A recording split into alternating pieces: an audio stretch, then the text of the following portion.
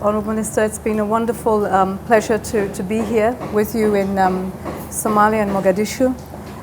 Your warm welcome of yourself, of course, the Prime Minister and the Cabinet members. Our visit, as you rightly said, is a joint solidarity mission with the African Union. It is actually the fourth of such missions for women, peace and security, but the third for Africa. And I think this is an important part of demonstrating the global necessity to see women in peace and security, and more for development, because what we want to do is to create that opportunity for peace, but then sustainable development. The visit to Somalia, of course, is on the back of very many opportunities that we see. I think we always talk about the challenges, and there are many, but I think for every challenge we see 10, 12 opportunities for a country that is healing, that is rebirthing, that has a new dawn.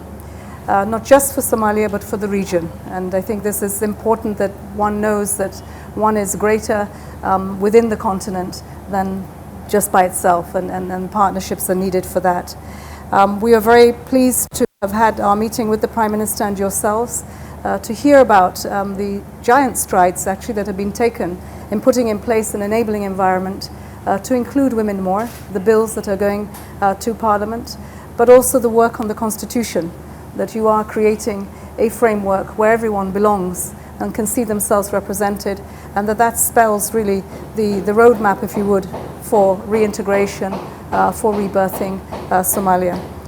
Clearly, for women to be part of the processes, they also have to be enabled. So we know that building the capacities, creating those spaces, and operationalizing the vision that you have will be key. And for that, one will require partnerships. And this is where the African Union and the United Nations would, really be up there front, making sure that we're standing beside you and that we're supporting the aspirations that you have.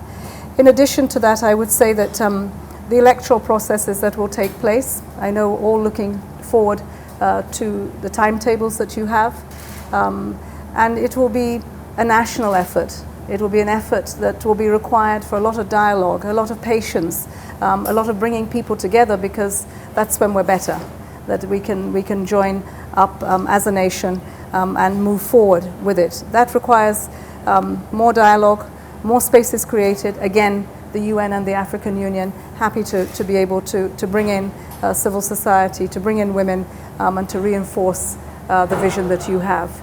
Very proud to have seen the Charter for Somalia Women. I think that that's something that when we go back to brief the Security Council, as you brief the African Peace and Security Council, we will share that as well. And I think, again, the narrative, the communicating what it is that Somalia has in terms of its aspirations, but the journey to meet it and how we can accompany you. So grateful. We will be meeting with other stakeholders, and we look forward to coming back again after the elections are successful.